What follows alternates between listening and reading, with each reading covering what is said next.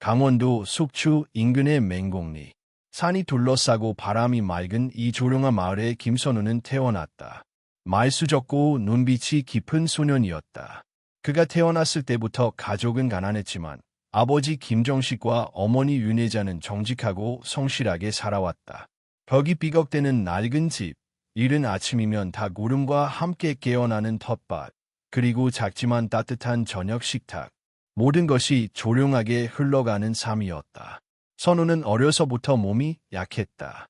밭일을 돕기엔 숨이 가빴고 겨울이면 기침이 멈추지 않았다.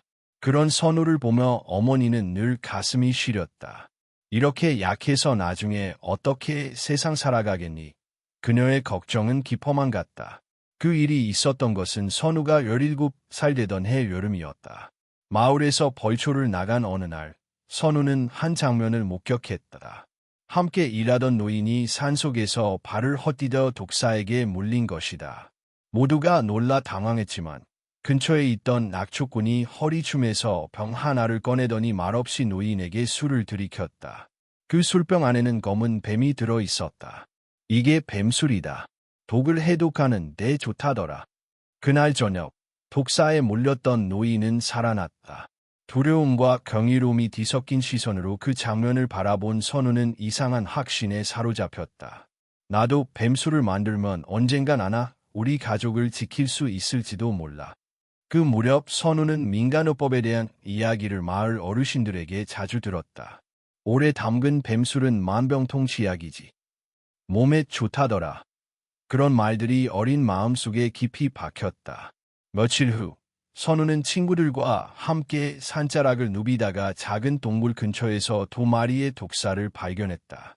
친구들은 놀라 달아났지만 선우는 망설이다가 돌을 들어 조심스럽게 뱀을 제압했다. 한 마리는 온전했고 다른 한 마리는 머리 부위가 다쳐 비틀거리고 있었다. 선우는 그것을 그대로 자루에 담아 집으로 돌아왔다. 그날 밤, 그는 삼촌 김현수에게 몰래 큰 유리병을 빌렸다. 엔드코트, 뭘 하려고 그러냐? 엔드코트, 라는 질문에 그는 웃으며 엔드코트, 과학실험 엔드코트, 라고 둘러댔다. 아무것도 모르는 삼촌은 그저 병을 건네주었다. 선우는 마당에 유해진 곳에서 병을 씻고 뱀 2마리를 안에 넣었다. 그리고 뚜껑을 닫은 후 소주를 가득 붓고는 부엌 구석에 조심스럽게 놓아두었다. 병 위엔 헝겊을 덮고 끈으로 단단히 묶었다. 며칠 뒤 어머니 윤혜자가 그 병을 발견했을 때 그녀는 그 자리에서 기절할 뻔했다. 이게 뭐니, 선우야? 이 안에 뱀이니? 선우는 당황한 표정으로 고개를 끄덕였다. 사람들이 뱀술이 몸에 좋다 했어요. 오래 둘수록 더 귀해진다고. 어머니는 눈물을 글썽이며 소리쳤다. 그게 무슨 말도 안 되는 소리야. 독이 남아있는 뱀이야. 병이라도 깨지면 어떡하려고 그래. 그때 아버지 정식이 부엌으로 들어왔다. 한참 동안 병을 바라보던 그는 조용히 입을 열었다. 지금 당장 버릴 순 없다면 손대지 말고 그냥 놔둬라. 언제까지 놔둘 거냐고 묻지 않겠다. 다만 절대 열지 마라. 그게 우리 약속이다. 그날 이후 그 병은 집안에서 누구도 건드릴 수 없는 존재가 되었다. 마치 금기처럼 그것은 부엌 구석에 조용히 무겁게 놓여 있었다. 시간이 지나며 병 안의 색은 점점 짙어졌고 뱀의 모습은 흐릿해졌다. 어머니는 매번 병 옆을 지나갈 때마다 고개를 돌렸다. 그리고 그렇게 15해가 흘렀다. 선우는 마을에서 목공일을 배워 집안을 조금씩 돕게 되었다. 아버지는 논과 밭일을 계속했고 어머니는 매일 새벽 장터에 나가 나무를 팔았다. 가난했지만 화목했다. 하지만 부엌 구석의 병은 마치 집안에 숨겨진 불씨처럼 언제라도 타오를 준비를 하고 있는 듯했다. 아무도 몰랐다. 그날이 다가오고 있다는 것을. 그리고 그 병 속에 단순한 술이나 약이 아닌 누군가의 운명을 바꿀 그림자가 자라고 있다는 것을. 2023년 늦가을, 김선우의 32번째 생일이 조용히 지나갔다. 생일이라 해도 별다른 것이 없었다. 아버지는 이른 새벽부터 밭에 나가 있었고 어머니는 집 근처 산속에서 버섯을 캐고 있었다.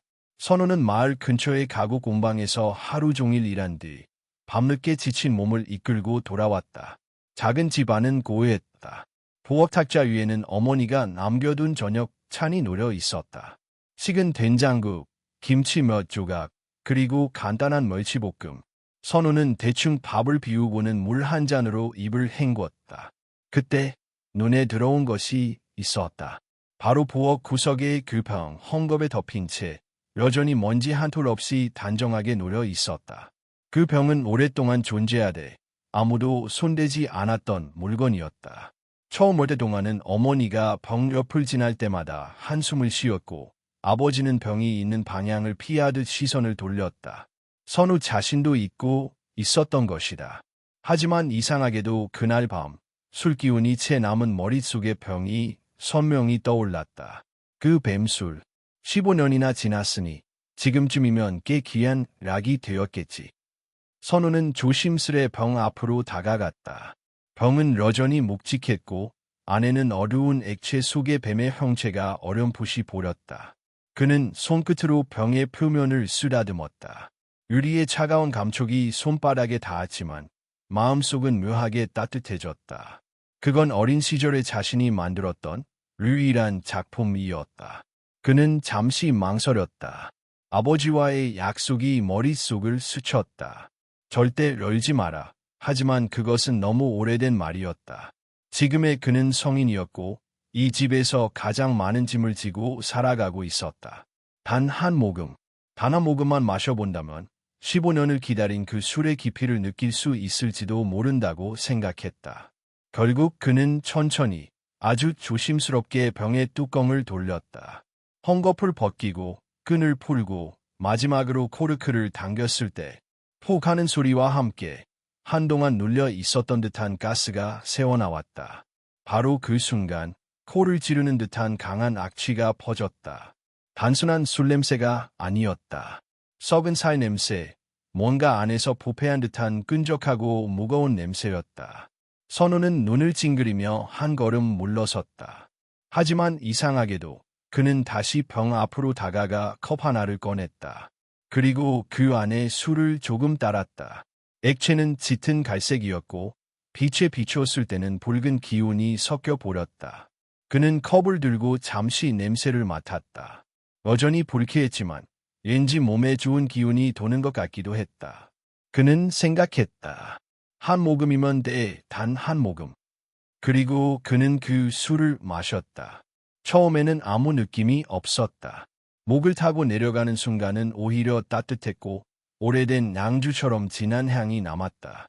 하지만 몇 초 뒤 그의 시야가 흔들리기 시작했다.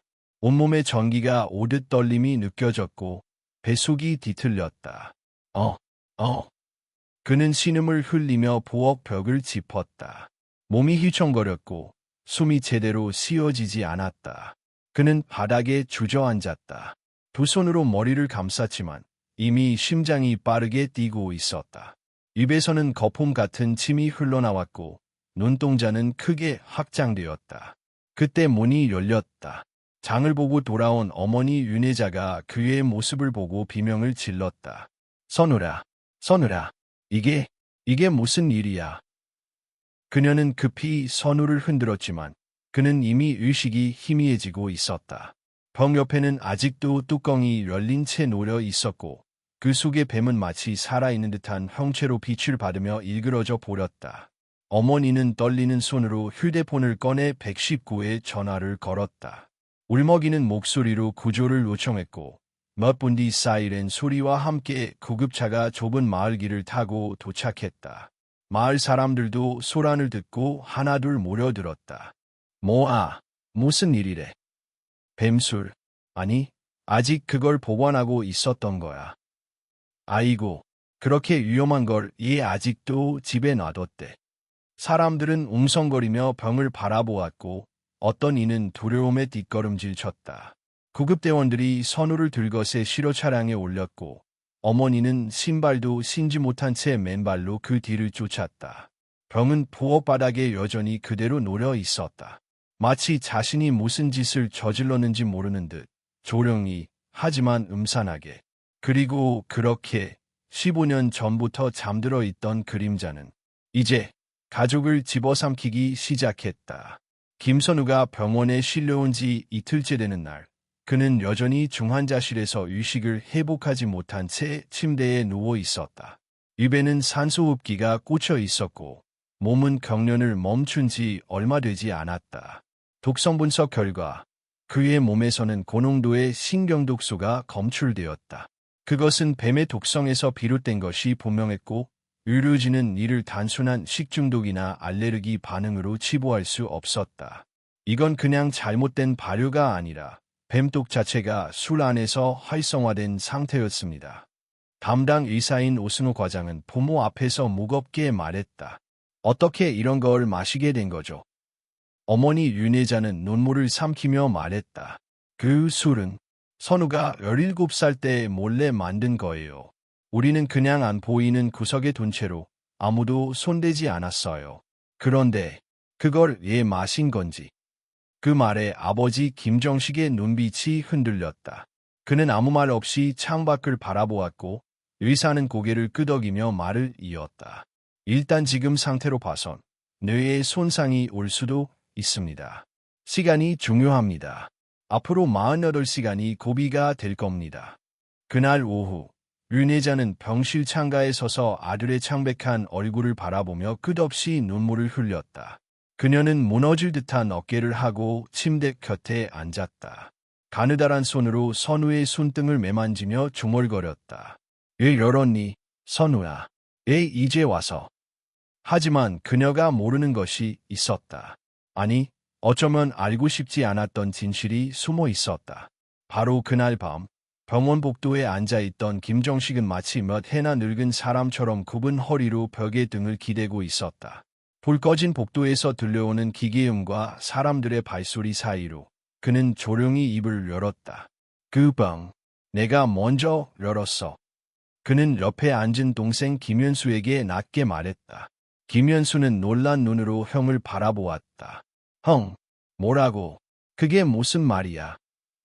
정식은 한참 침묵하다가 말했다. 몇 달 전 허리가 너무 아파서 그 술이 생각났어. 오래 묵힌 뱀술이면 통증에 좋다고들 하잖아. 그래서 한밤중에 아무도 모르게 병을 꺼냈어. 조금만 마셨는데 괜찮더라고. 그래서 다시 덮어놓고 아무 일 없던 것처럼 뒀어. 현수는 말을 잇지 못하고 형의 얼굴을 응시했다. 정식은 고개를 숙이고 말을 이었다. 그땐 정말 몰랐어. 그게 아직도 그렇게 위험할 줄은. 그냥 오래된 술일 뿐이라고 생각했지. 근데 지금 생각해보니 내가 병을 흔들었을지도 몰라. 바닥에 가라앉은 독이 떠올랐을지도. 말끝이 흐려졌고 정식은 얼굴을 두 손으로 감쌌다. 내가 내 손으로 우리 아들을 망쳐버렸어. 그 순간 정식의 고백을 병실 문 너머에서 듣고 있던 윤혜자는 뒤로 물러나 벽에 기대섰다. 그녀는 손을 입에 대고 눈을 감았다. 고요한 복도에서 들려오는 남편의 고백은 비수처럼 가슴을 찔렀다. 그녀는 결혼 후 30년을 함께 살아오며 남편의 침묵과 무거운 성격을 이해한다고 생각해왔다. 그는 늘 말이 없었고 그 말 없는 묵직함이 때로는 의지가 되었지만 때로는 멀게만 느껴졌다. 그러나 이번만큼은 달랐다. 그의 침묵은 비극을 낳았고 그 무책임한 조용함이 아들의 생명을 위태롭게 만들었다는 사실이 그녀를 뒤흔들었다. 다음 날 아침, 윤혜자는 병실에 돌아오지 않았다. 정식은 불안한 마음으로 그녀를 찾았고 결국 병원 옥상에서 하늘을 바라보고 있는 그녀를 발견했다. 혜자야. 그녀는 대답하지 않았다. 바람에 흩날리는 머리카락 너머로 눈물 자국이 남아 있었다. 어떻게 그럴 수 있어요? 그녀가 낮고 떨리는 목소리로 말했다. 우리 아이가 누워 있는데 당신은 그런 걸 어떻게 혼자만 알고 있었어요? 정식은 아무 말도 하지 못했다. 그는 천천히 그녀의 옆에 섰고 두 사람은 오랫동안 말없이 서 있었다. 그 사이 병원 아래에서는 해가 천천히 떠오르고 있었다. 그 밝은 빛 속에서 두 사람의 그림자는 길게 늘어져 있었다. 한편 그날 마을에서는 또 다른 소문이 퍼지고 있었다. 노인 조만길이 병원에서 돌아오는 길에 주민들과 마주쳤다. 사람들은 궁금증과 두려움이 섞인 눈빛으로 그에게 물었다. 그 뱀술, 예전부터 위험하다고 했잖소. 그걸 알고 있었던 거 아니오? 조만길은 잠시 침묵하더니 조용히 말했다. 나도 그때 봤어. 뱀 한 마리가 이상했지. 몸이 부풀고 움직임도 이상했어. 안에 뭐가 있었는지 몰라도 그냥 느낌이 안 좋았어. 그럼에 그때 말 안 했어요. 그땐 애가 장난삼아 만든 거라고 생각했지. 설마 그걸 진짜 마실 줄은 몰랐어. 마을 사람들은 그의 말에 고개를 저었다. 조용한 시골 마을의 오래된 침묵과 무관심은 이제 되돌릴 수 없는 결과를 낳았다. 그리고 병원에서는 김선우의 몸속에서 여전히 독이 사라지지 않고 있었다. 의사들은 매 시간 상태를 점검했고 호흡은 안정되었지만 아직 의식은 돌아오지 않았다. 무겁게 내려앉은 병실의 공기 속에서 윤혜자는 아들의 손을 붙잡고 또다시 속삭였다. 제발, 눈 떠줘. 내가 만든 술이지만 널 죽이게 놔두진 않을 거야. 우리 아직 끝나지 않았어. 사흘째 되는 날 새벽, 병실 안은 아직 어둠이 가시지 않았다. 산소호흡기의 규칙적인 소리만이 공간을 가득 메우고 있었다. 김선우는 여전히 의식이 없었지만 그날은 무언가 달랐다. 어머니 윤혜자는 하룻밤을 꼬박 지새우며 아들의 손을 잡고 있었고 아버지 김정식은 병실 박복도에서 말없이 앉아 있었다. 새벽 4시 30분경 갑자기 선우의 손끝이 미세하게 움직였다. 의료진이 급히 달려왔고 심박수치가 반응을 보이기 시작했다. 이어서 눈꺼풀이 가볍게 떨렸고 선우는 아주 천천히 눈을 떴다. 선우야. 윤혜자의 목소리는 떨렸다. 그녀는 자리에서 벌떡 일어나 아들의 얼굴을 들여다보았다. 선우는 시선을 움직이지 못한 채 천장을 바라보았다. 입술이 아주 미세하게 움직였다. 간호사가 급히 달려와 진정제를 점검하고 의사는 상태를 확인하며 조심스럽게 말했다. 의식이 돌아온 겁니다. 아직은 매우 불안정하지만 첫 고비는 넘겼어요. 그 말에 윤혜자는 눈물을 알칵 쏟았다. 그녀는 조심스럽게 아들의 머리카락을 쓸어넘기며 조용히 말했다. 괜찮아, 괜찮아, 선우야. 엄마 여기 있어. 그러나 선우가 처음으로 입을 연 것은 그로부터 30분 뒤였다. 그의 목소리는 희미했고 마치 꿈속에서 말하는 것처럼 어딘가 멍해 보였다. 엄마, 그 병 속에. 응, 무슨 말이니? 병 속에 사람 손이 보여. 나 들었어. 윤혜자는 순간 얼어붙었다. 무슨 손? 병 열었을 때 그 안에서 무슨 소리가 났어. 마치 누가 울부짖는 것처럼. 그리고 누가 날 보고 있었어. 의사와 간호사들은 이것이 환각이나 일시적인 뇌 손상에 의한 착란 현상일 수 있다고 판단했다. 그러나 윤혜자는 그 말을 잊을 수 없었다. 그녀는 이미 그 병에 대해 깊은 불안감을 느끼고 있었고 이제는 아들의 입에서 나온 말이 그것을 현실처럼 만들었다. 며칠 후 선우는 일반 병실로 옮겨졌지만 몸은 여전히 약했고 오른쪽 팔과 다리에 마비 증세가 남아 있었다. 말을 할 수는 있었지만 여전히 피로하고 혼란스러워했다. 그날 오후 윤혜자는 혼자 집으로 돌아왔다. 병원에서 가져온 짐을 정리하기 위해서였다. 집 안은 며칠 사이에 먼지가 쌓여 있었고 부엌은 그대로 멈춰 있는 듯한 느낌을 주었다. 그녀는 조심스럽게 부엌 구석으로 다가갔다.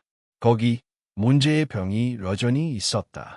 뚜껑은 다시 단단히 덮여 있었지만 그녀는 그 존재만으로도 등줄기를 따라 한기가 느껴졌다. 그녀는 병을 바라보다가 갑자기 병 옆바닥에 묻은 무언가를 발견했다. 미세한 얼룩, 액체가 흘렀던 자국처럼 보였다. 손으로 살짝 만져보니 끈적했다. 그 순간 내리를 스치는 생각이 있었다. 이 병이 정말 한 번만 열린 게 아닐지도 몰라. 윤혜자는 부엌 수납장을 뒤지기 시작했다. 그리고 아주 낡은 작은 종이 상자 하나를 발견했다. 거기엔 오래된 병의 코르크 마개 하나가 따로 보관되어 있었다. 그런데 그 마개는 병에 꽂혀 있는 것과 모양이 미세하게 달랐다. 누군가가 교체했을 가능성이 있었다. 그녀는 손을 떨며 의심을 확신으로 굳히기 시작했다. 선우가 열기 전에 누군가 이 병을 먼저 열었어. 그날 밤 병원에 돌아온 그녀는 남편에게 조용히 물었다. 당신, 그 병 정말 한 번만 마셨어? 정식은 놀란 듯 그녀를 바라보았다. 예, 그런 말을 해. 당신이 그걸 마셨다는 사실, 내가 병원 복도에서 들었어요. 하지만 내 눈에는 그게 단 한 번 같지 않았어요. 정식은 고개를 숙였다. 한참 동안 말을 잇지 못하더니 결국 입을 열었다. 사실 2번이야. 처음엔 허리 아플 때, 다음엔 무릎이 아파서, 양이 많이 줄지 않아서 당신이 모를 줄 알았어. 은혜자는 입을 다물었다. 슬픔과 분노가 동시에 가슴 속에서 솟구쳤다. 당신은 왜 그걸 말하지 않았어요? 왜 선우가 마시기 전에 그 위험을 막지 않았냐고. 정식은 대답 대신 눈을 감았다. 나는 무서웠어. 내가 무슨 짓을 한 건지도 몰랐고 괜찮을 거라 믿고 싶었어. 그리고 그건 선우가 만든 술이었잖아. 그 애의 자존심 같아서. 그 말에 윤혜자는 눈을 질끈 감았다. 자존심. 그 하나 때문에 아들의 몸과 미래가 무너졌다. 이제 그녀는 더 이상 병을 그냥 둘 수 없었다. 그날 밤늦게 그녀는 부엌으로 다시 향했다. 병을 천천히 들어올리고 베란다로 가져갔다. 그녀는 병의 코르크를 다시 풀며 마지막으로 안을 들여다보았다. 그 속에 뱀은 이미 윤곽이 흐려져 있었고 검게 물든 액체는 어딘가 짙은 그림자를 품고 있었다. 하지만 그보다 더 섬뜩했던 것은 액체 속에서 어렴풋이 보인 무언가의 형체였다. 사람의 손처럼 생긴 그 실루엣은 마치 누군가의 영혼이 병 안에 갇혀 있는 듯한 착각을 불러일으켰다. 그녀는 병을 재빨리 닫고 다음 날 아침이 밝자마자 병을 가지고 보건소를 찾았다.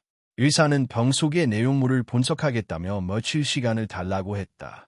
하지만 윤혜자는 직감했다. 그 병은 단지 술이 아니었다. 그 안에는 15년 동안 눌러왔던 무언가가 깨어나 있었다. 김선우는 병실에서 회복 중이었지만 회복이라는 단어가 무색할 만큼 그의 몸과 마음은 무너진 상태였다. 오른쪽 팔과 다리는 여전히 움직이지 않았고 식사도 혼자 할 수 없었다. 말은 할 수 있었지만 짧고 느렸으며 단어 하나를 꺼내기까지 긴 시간이 필요했다. 그는 침대 옆 창밖을 바라보며 시간을 보내곤 했다. 옛날에는 자신이 만든 작은 나무 의자를 앉아 손질하던 손이 이제는 자신의 의지와 무관하게 움직이지 않았다. 손끝의 감각이 사라지고 몸의 절반이 마비되었다는 현실은 그를 깊은 절망 속으로 끌어내렸다. 그날 오후 어머니 윤혜자는 조용히 그의 병실에 들어와 작은 종이봉투를 침대 옆 테이블에 올려놓았다. 이거 내가 어릴 적 만들었던 나무펜이야. 찾다가 우연히 발견했어. 선우는 천천히 고개를 돌려 그것을 바라보았다. 얇고 투박하지만 정성이 담긴 나무펜이었다. 그는 입술을 달싹이며 말했다. 손이 안 움직여. 괜찮아. 아직 시간이 있어. 이 손 다시는 못 쓸 거라. 아니야. 재활하면 좋아질 수 있어. 너한텐 아직 희망이 있어. 하지만 선우는 고개를 저었다. 그 병 내가 만든 거야. 결국 내 손으로 날 망가뜨린 거야. 그 말에 윤혜자는 아무 대답도 하지 못했다. 그녀는 아이의 고백보다 더 깊은 상처를 가슴에 안고 있었지만 지금은 아들의 절망이 먼저였다. 그녀는 조용히 선우의 손을 잡고 중얼거렸다. 잘못한 건 너만이 아니야. 며칠 후 병실로 한 통의 편지가 도착했다. 발신인은 명시되어 있지 않았지만 글씨체를 본 순간 선우는 누구의 편지인지 알아차렸다. 이수진, 옛 연인이자 지난날의 상처였다. 선우라, 갑자기 소식 듣고 너무 놀랐어. 병원 이름은 어머니께 들었지만 바로 달려갈 수 없었어. 용기가 없었어. 너에게 말 못했던 게 있어. 우리 마지막으로 만난 그 해. 난 내 아이를 가졌었어. 그때 넌 공방 일로 너무 지쳐 있었고, 난 도시에 대한 동경이 컸어. 그래서 말하지 못한 채 떠났고, 결국 아기는 나 혼자 키웠어. 지금 그 아이는 6살이야. 내 눈을 닮았어. 웃을 땐 꼭 내 모습이야. 이제라도 내게 말하고 싶었어. 내가 어떤 결정을 하든 받아들일게. 하지만 아이에게 언젠가 진실을 알려주고 싶어. 그 아이에게 아빠라는 단어가 어떤 의미인지를 느끼게 해주고 싶거든. 편지를 읽고 난 후 선우는 말없이 창밖만 바라보았다. 그의 얼굴엔 아무런 감정이 드러나지 않았지만 손가락 끝이 미세하게 떨렸다. 그날 밤 그는 혼자 남겨진 병실에서 천천히 아주 조심스럽게 침대 옆 서랍을 열었다. 그리고 안에서 무언가를 꺼냈다. 작은 노트와 펜이었다. 그는 왼손으로 펜을 잡아보았다. 처음엔 떨어뜨렸고 두 번째는 펜이 제대로 지어지지 않았다. 하지만 그는 세 번째, 네 번째 시도를 거듭했다. 마치 펜 하나를 쥐는데 모든 삶의 의지가 걸린 사람처럼. 그리고 그렇게 그는 다시 쓰기 시작했다. 오른손이 아닌 왼손으로. 자를 적고 나면 손이 떨렸고 글씨는 삐뚤빼뚤했다. 하지만 그는 멈추지 않았다. 그 노트 첫 장에는 이런 문장이 쓰였다. 내가 만든 술이 내 인생을 망쳤다. 그런데도 나는 아직 살고 있다. 다음 날 아침, 병실에 온 어머니는 아들의 손에 묻은 잉크 자국을 발견했다. 그리고 그 옆에 놓인 노트를 보았다. 그녀는 그 페이지를 조심스럽게 넘기며 눈물을 삼켰다. 같은 시각, 마을에서는 또 다른 움직임이 있었다. 보건소에서 병 분석 결과가 도착했다. 분석 보고서에는 놀라운 내용이 담겨 있었다. 해당 병에는 예상보다 훨씬 높은 수준의 베철라이넘 탁신, 즉 보툴리눔 독소가 검출되었다. 이는 자연 발효된 환경에서 특정 박테리아가 생성한 것으로 신경계 마비를 유발하는 독성이었다. 특히 뱀 자체의 독보다도 훨씬 치명적일 수 있는 수준이었다. 보건소 관계자는 말했다. 15년간 밀폐된 환경 속에서 뱀의 장기 손상과 박테리아 증식이 결합되며 고농도의 신경독이 생성된 겁니다. 단순한 민간요법이 아니라 잘못 관리된 위험 물질이었어요. 이 보고는 곧바로 마을 주민들에게도 전달되었다. 그리고 사람들 사이에서는 논쟁이 일기 시작했다. 뱀술이 다 그렇진 않지. 잘 만들면 낙인데 이건 그냥 관리 문제잖아. 아니야. 민간요법 자체가 문제야. 검증되지 않은 걸 믿는 게 문제지. 그 집도 조용히 놔뒀으면 이런 일 없었을 텐데. 그럼 15년 동안 병이 있는 걸 다 알고도 아무 말도 안 한 우리도 잘못 아니야. 침묵했던 사람들, 알면서도 예면했던 진실들, 그리고 그 결과로 한 청년이 인생을 잃을 뻔한 현실이 사람들을 흔들었다. 한편 병원에서 아버지 정식은 아들의 회복을 묵묵히 지켜보고 있었다. 그는 몇 장의 편지를 손에 들고 있었고 그중 하나는 선우에게 줄 용기의 편지였다. 그러나 그는 그 편지를 꺼내지 않았다. 아직 그럴 자격이 없다고 느꼈기 때문이다. 그는 그저 병실 창문 밖으로 가을 하늘을 바라보았다. 나무들은 하나둘 붉게 물들어가고 있었고 마치 선우의 인생도 그렇게 천천히 변하고 있는 듯했다. 그리고 그는 마음속으로 다짐했다. 다시는 침묵하지 않겠다고. 무엇이든 아들을 위해 입을 열겠다고. 비로소 병 속의 그림자가 바깥으로 스며들고 있었다. 그리고 그 그림자가 지나간 자리에 작은 빛 한 줄기가 비추기 시작했다. 입원한 지 한 달이 지난 어느 날, 김선우는 다시 혼자 병실에 남겨졌다. 리허빌리테이션 치료가 시작되면서 하루머 시간씩 물리치료를 받았지만 나아지는 속도는 느렸고 고통은 매일 똑같이 반복되었다. 아침이면 간호사가 팔을 들어 올리는 훈련을 도와주었고 오후에는 다리의 경직을 풀기 위한 자극치료가 이어졌다. 회복의 과정은 고려하면서도 잔혹했다. 손끝 하나 움직일 수 없는 자신의 몸을 바라볼 때마다 선우는 스스로를 책망했다. 매 순간 병을 열던 그날 밤의 기억이 떠올랐다. 뚜껑을 여는 순간의 감각, 퍼져나가는 악취, 그리고 무너지는 의식. 그건 실수가 아니었다. 선택이었다. 그는 혼잣말처럼 말했다.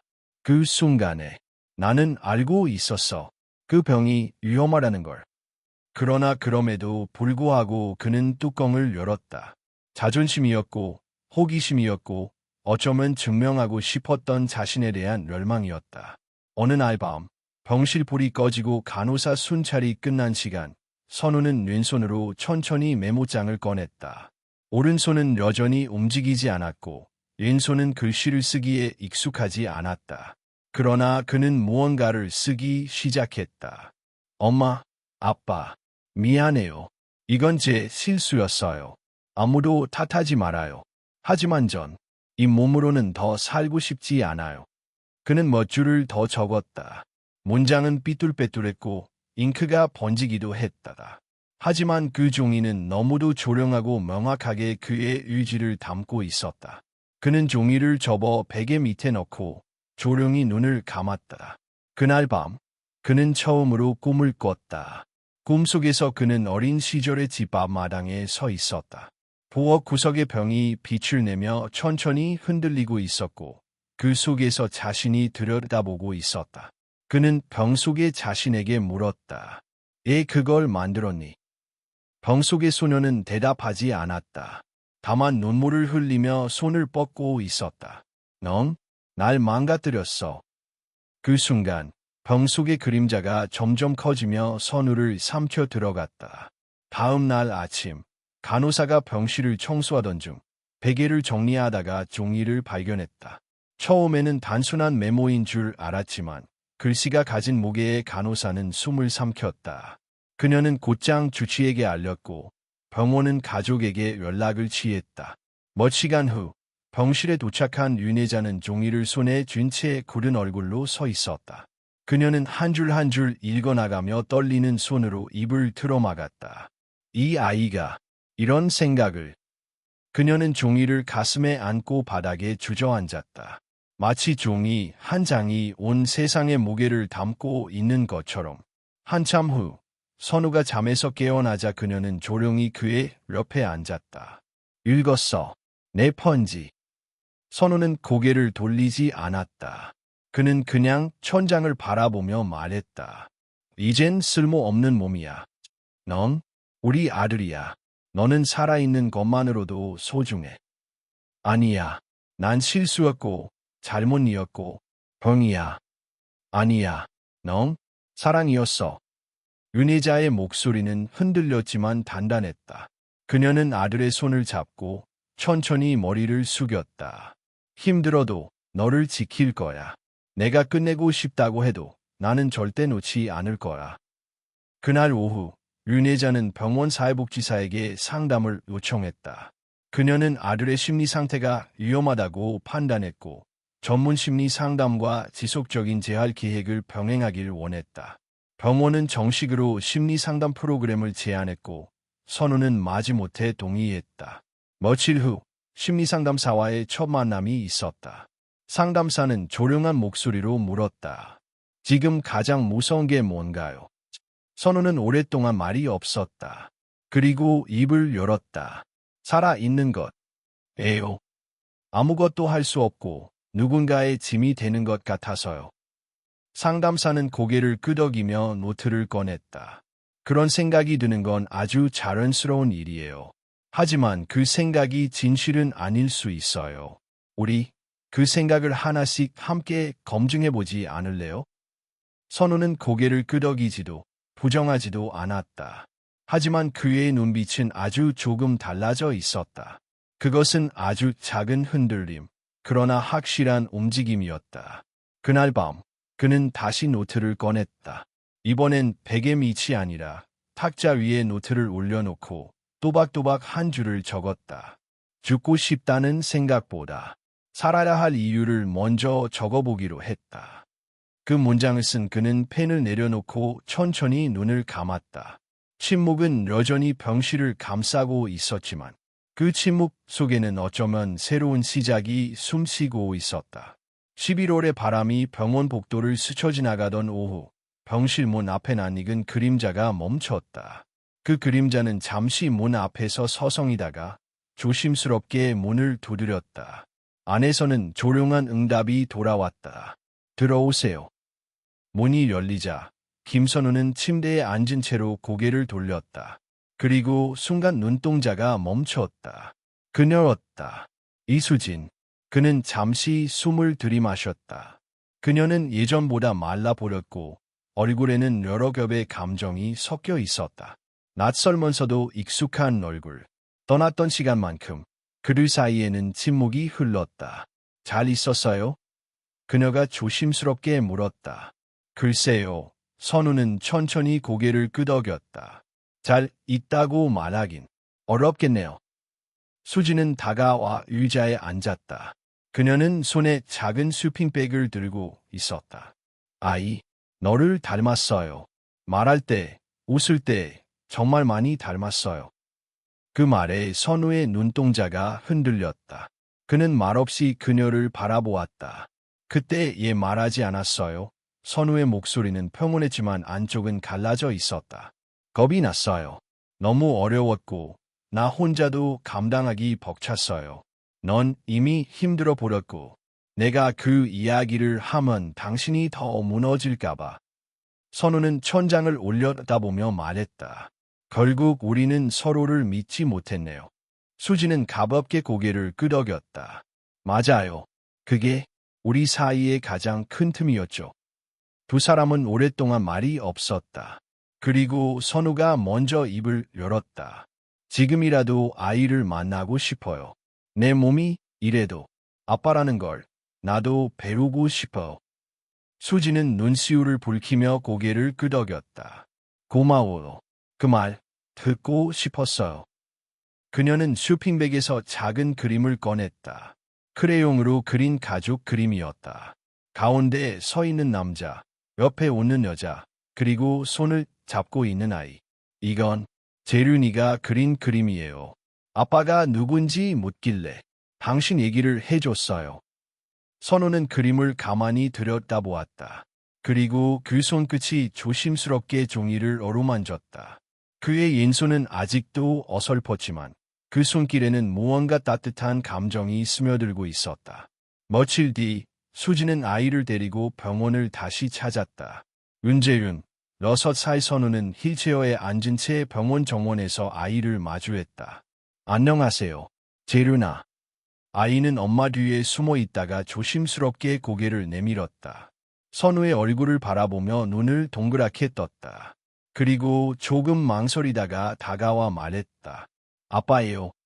선우는 웃지도 울지도 못한 채 고개를 끄덕였다. 그래, 나는 내 아빠야. 재륜은 조금 더 다가오더니 선우의 무릎에 살며시 손을 얹었다. 애 누워 있어요. 조금 아파서. 지금은 이렇게 앉아 있어라 해. 하지만 곧 다시 걸을 거야. 아이는 고개를 끄덕이며 말했다. 그럼 우리 같이 공차러 갈 수 있어요.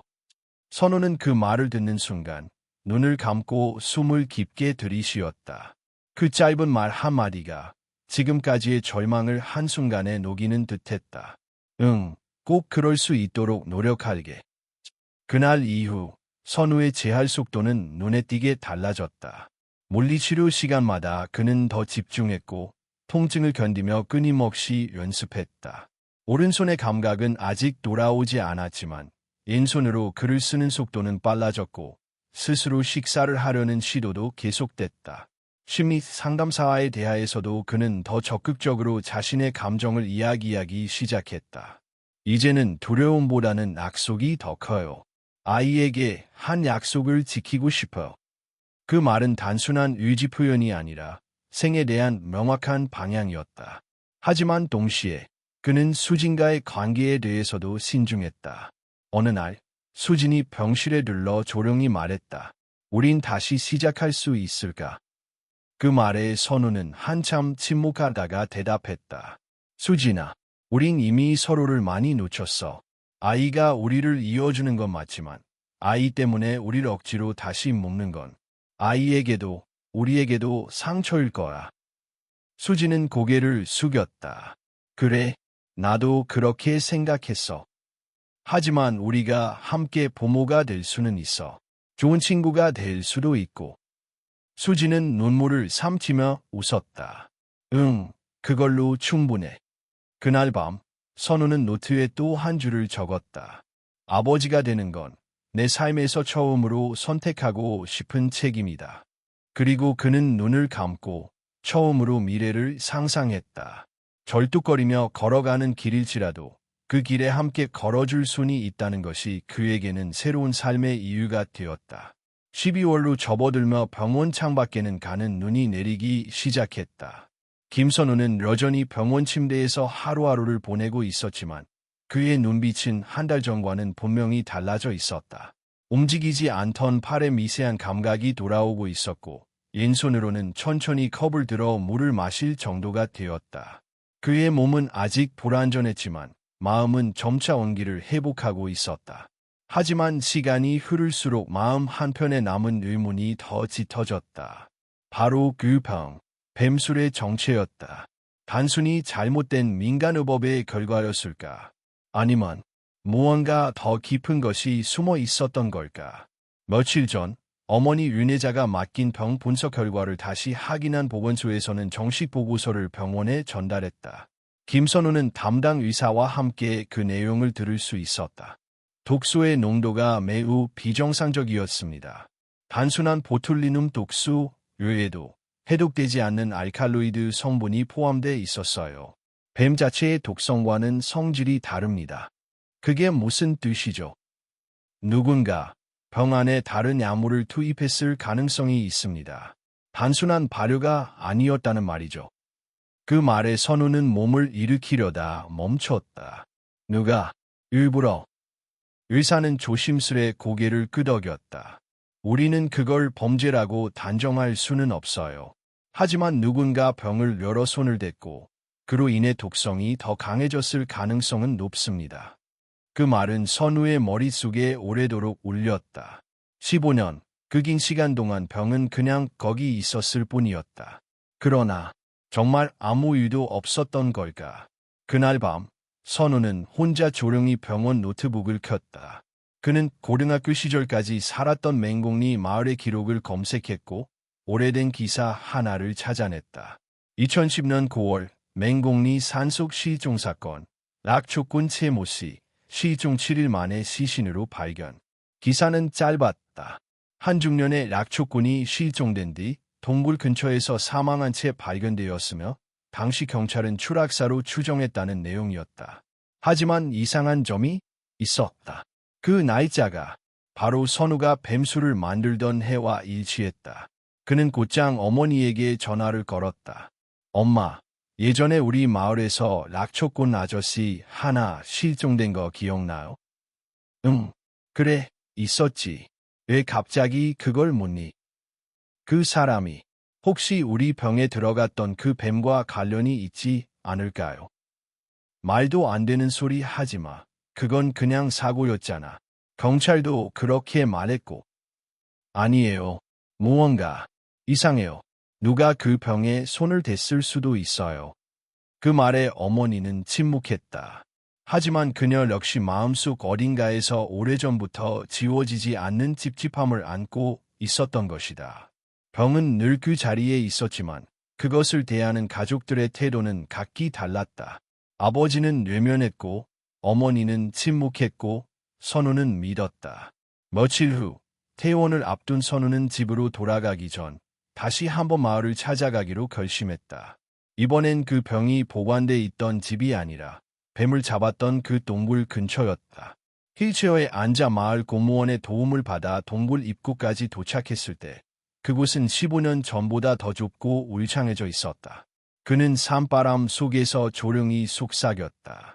그날 너희는 왜 거기에 있었던 걸까? 그 순간 바람이 세게 불어오며 동굴 안에서 무언가 떨어지는 소리가 들렸다. 공무원은 겁을 먹고 안쪽으로 들어가지 않으려 했지만 선우는 멈추지 않았다. 그는 휠체어에서 일어나 목발을 짚고 몇 걸음 앞으로 나아갔다. 동굴 안에는 오래된 락초 채집 도구 하나가 남아 있었다.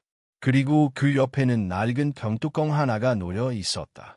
그것은 분명 집에서 발견된 병에 원래 꽂혀 있었던 진짜 뚜껑이었다. 그럼 지금 병에 있는 뚜껑은 누군가 바꿔치기 했다. 누군가 병을 열었다. 그는 집으로 돌아오자마자 아버지에게 물었다. 아버지, 정말 단 2번만 마셨던 거 맞아요? 정식은 선우의 눈을 마주보지 못한 채 고개를 돌렸다.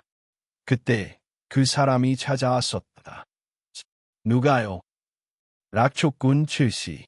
내가 뱀을 잡았던 그날 밤, 그가 우리 집을 찾아왔어. 술을 만들지 말라고 했어. 그 뱀들은 산에서 금기된 종이라면서. 그건 그냥 술로 만들 뱀이 아니라 보호종이고 위험하다고. 그래서 나는 무시했어.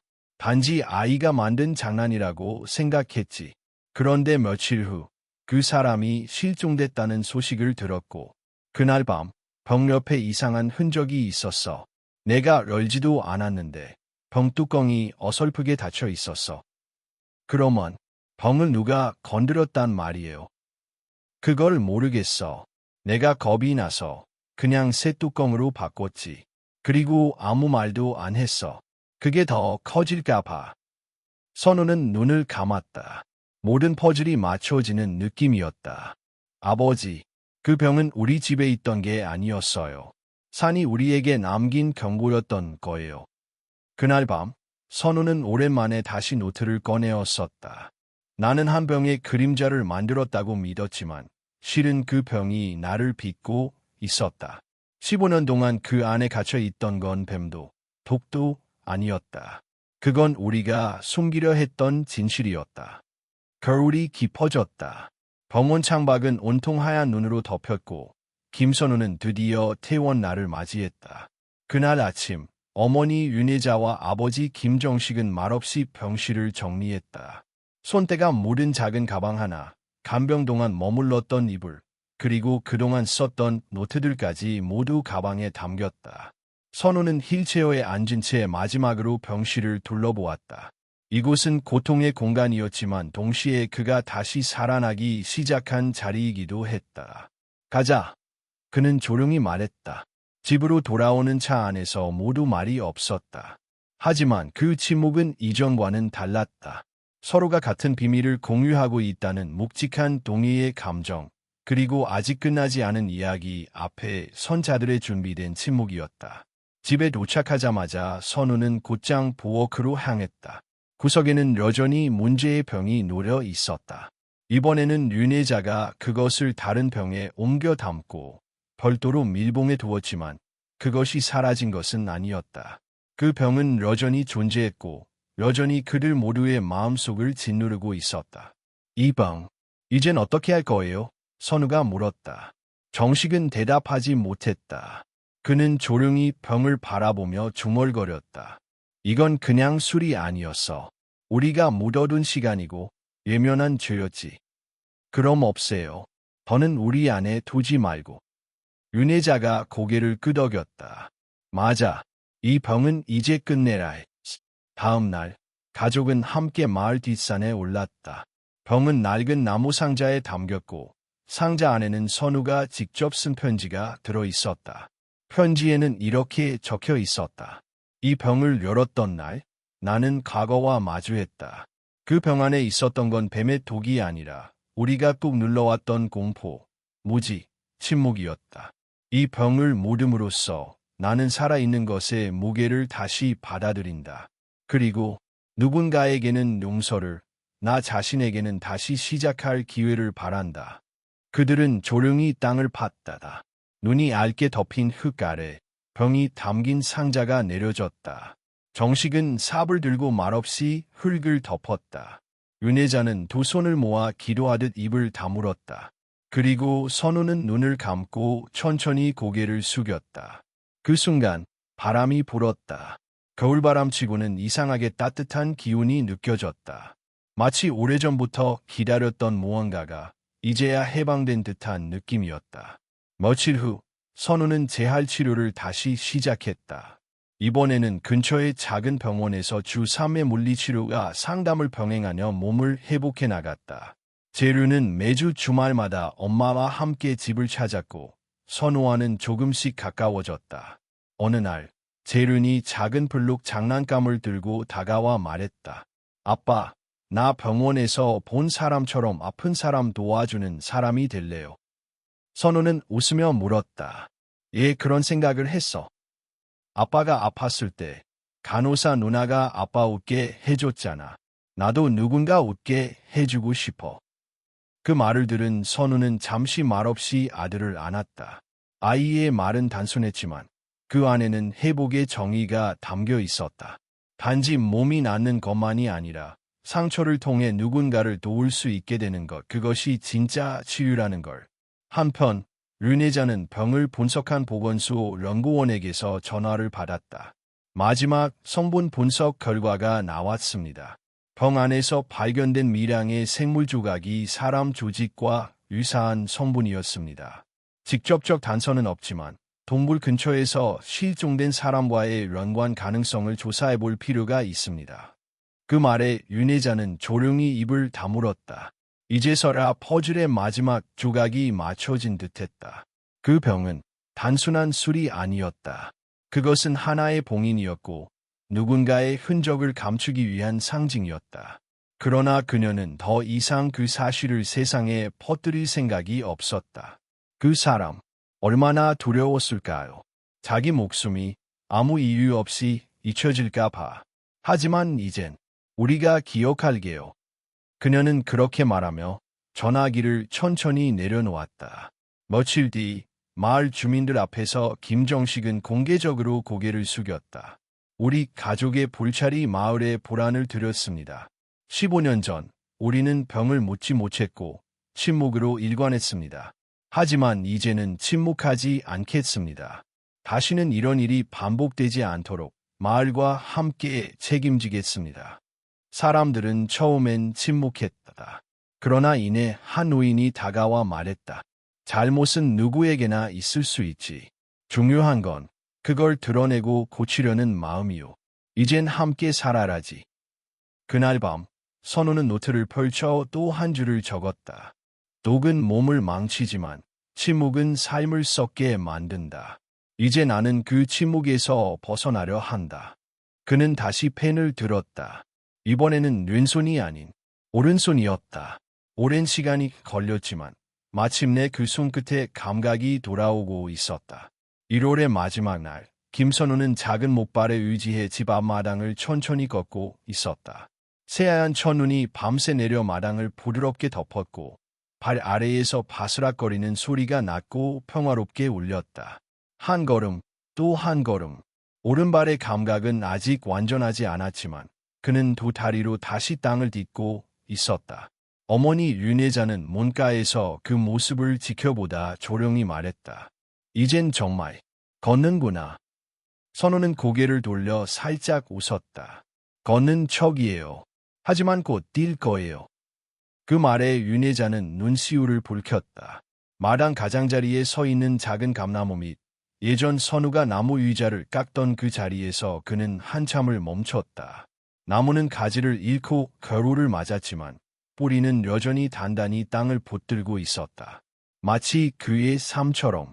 그날 오후 집에서는 소박한 저녁 식사가 준비되었다.